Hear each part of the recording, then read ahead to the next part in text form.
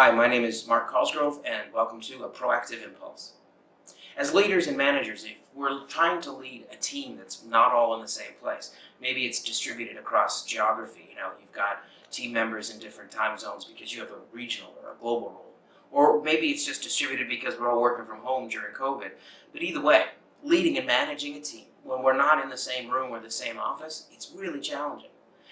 And to do that, and to do it well, we need to go back to first principles. The single most important thing that a leader, a manager can do is develop trust with the people that they're leading. So you go back to it and you go, okay, how do I do that? How do I develop trust? Well, one thing you can do right now is make sure do all the people on your team really understand explicitly what it is you want from them. Do they know what success looks like for you? Do they understand criteria and timelines and things like that? Now, your first answer in your head is going to be, yeah, of course they do. Don't assume they do. So go back right now and really make sure that the people who are working for you, first of all, that they understand what it is you want from them, and secondly, that they can come to you with questions. In a lot of organizations, we don't give people the space or the time to come back and ask their boss a question, either to clarify an instruction or maybe even, suggest a better way of doing it. So make sure as a leader that you're giving people the space to ask you questions and come back and maybe with a counteroffer. So that's the first thing you want to do. Secondly, are you checking in with the people who work for you, or do you check up on them? See, here's the difference. See, checking in is a collaborative, kind of a problem-solving approach to management, where you're checking with your staff to see if they have everything they need to be great at their job and produce the work product you've asked them to produce.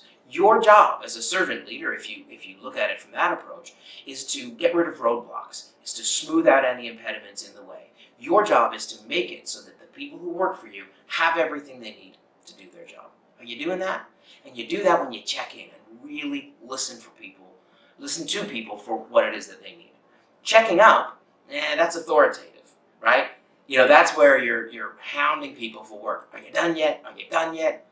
And honestly, look, if the only time you hear from your boss is when they're checking up on you, it's miserable. It creates this tension and this anxiety in your chest.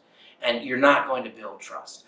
When your staff really trusts you and gets that you trust them, that's the foundation of a great relationship. And you don't need to be in the same room to manage them. What it all boils down to is emotional intelligence. You see, not everybody wants to be communicated to or managed in the same way.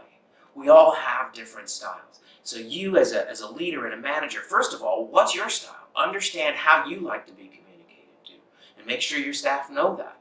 And secondly, begin to do some work around identifying how do the different people on your team work? Do they need facts and figures? Are they more of a big picture type of a person? And there's a million ways to do this. Pick your favorite, MBTI or DISC or Colby, or dive into emotional intelligence or leading with empathy. Read about situational leadership or servant leadership. There's so many different ways to approach it, but what they boil down to is understanding the people who are on your team and building a sense of trust. And that is how we can manage people without direct oversight. My name is Mark Cosgrove, and this has been a PROAKTIV Impulse.